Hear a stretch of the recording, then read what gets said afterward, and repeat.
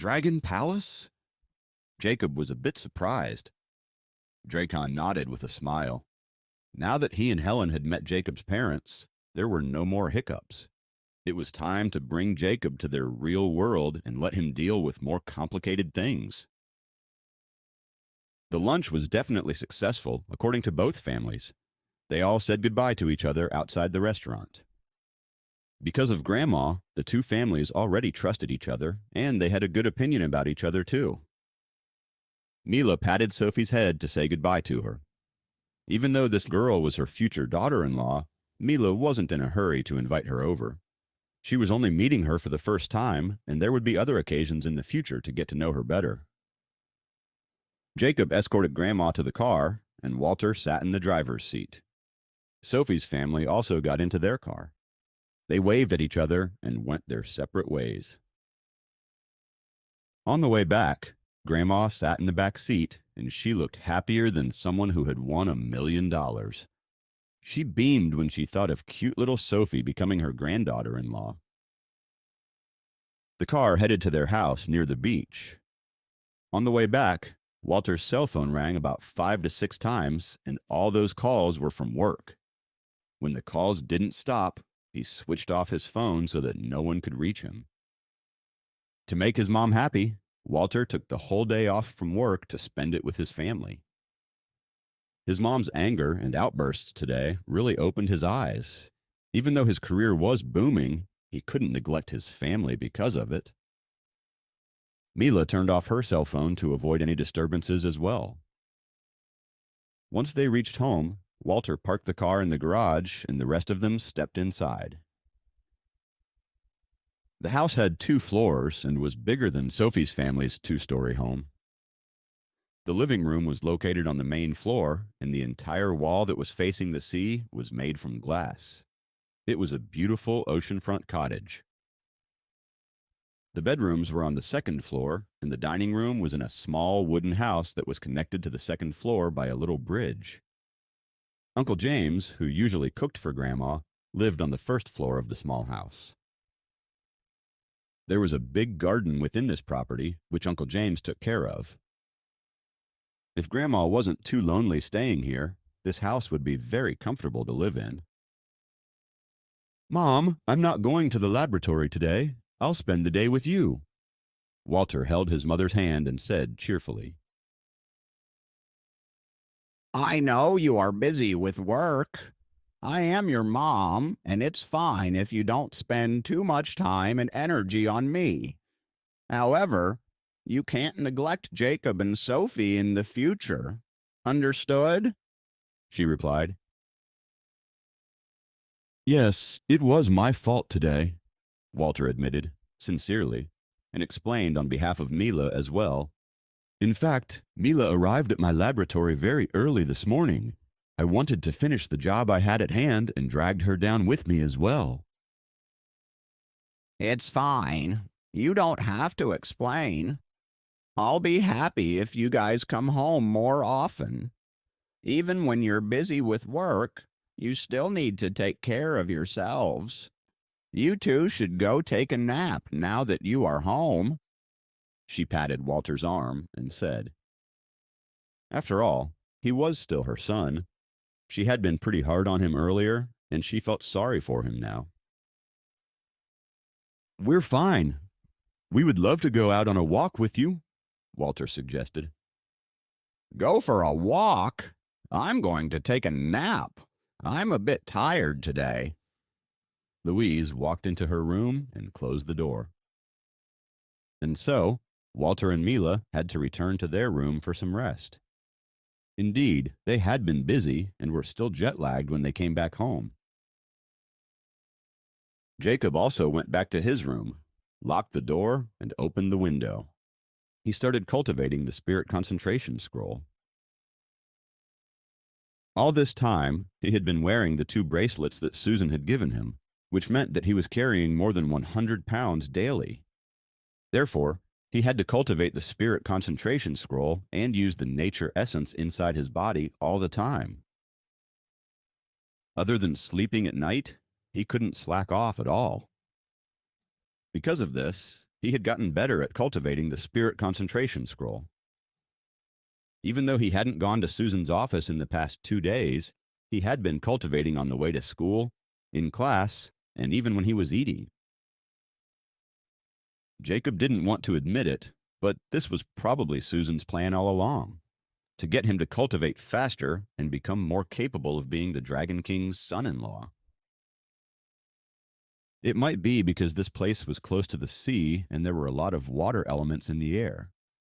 Jacob felt like he had progressed further on the second level of the spirit concentration scroll. The nature essence that originally filled half of his body seemed to have increased in volume. In particular, the 9 critical acupoints in the top, middle, and lower parts of his body absorbed more nature essence and responded to the dragon core. He didn't even realize he was cultivating late into the night. Walter came to get Jacob for dinner. When his son opened the door, he suddenly felt like he not only seemed energetic, but also had a unique aura around him. He has gone through so many changes. I've been out of the country for a month or so, and he seems to have grown up so much. No wonder girls have started to like my kiddo, Walter thought with a smile and tears brimming in his eyes. After dinner, Walter asked his son to go for a walk along the beach. The sea breeze was slightly salty, but it felt comfortable when it brushed past them. The tides at night made soft crashing noises, and it was pleasant to the ears. This was a great place to talk as they walked on the soft sand. It's been a while. You look stronger and manlier than when I last saw you, Walter said as he walked beside Jacob and looked at him under the moonlight. I'm not trying to tell you what to do, Dad, but you gotta take care of Grandma. Jacob stepped on the sand as he told his dad. It's not like I don't care, but your grandma likes to complain a lot, Walter sighed. Be honest with me. The girl we saw at the university is your girlfriend, right? No, she's just my classmate, Jacob answered. That girl seems great, Walter whispered. Jacob interrupted the topic and asked, Why did you guys agree so easily to the marriage proposal today? Sophie's family seemed nice after we interacted with them today. Besides, we were trying to make your grandma happy when we said that at lunch. You know how your grandma is. Once she is certain of something, we must do it her way. Since she likes that girl, your mom and I had to agree to her wishes so she wouldn't get all worked up, Walter said. So you didn't mean it? Jacob asked again. You can't say that either. Walter looked at the surging tide and replied, Sophie is really beautiful and sweet. If she's my daughter-in-law, that's pretty good too. However, you never know what will happen in the future. He thought for a few seconds and asked, Do you still remember Little Carrot? Little Carrot? Jacob seemed a bit confused. You forgot already? She's the girl who always came to our house when you were young. Her dad was my classmate at the university. We were pretty close at the time, and their family always came over to our place. We called her Little Carrot because she was so tiny. She used to follow you around all the time. Don't you remember? Jacob thought for a while, jogging his vague memory. He remembered there was a little girl who had a runny nose, wore a light yellow dress, and had a red flower in her hair at all times. She used to follow him around all the time and always called him Jake. Yeah, I remember a little, Jacob nodded and asked, Where's her family now? Her dad got a job overseas and relocated there. The means of communication weren't so developed at the time, so we gradually lost contact with each other.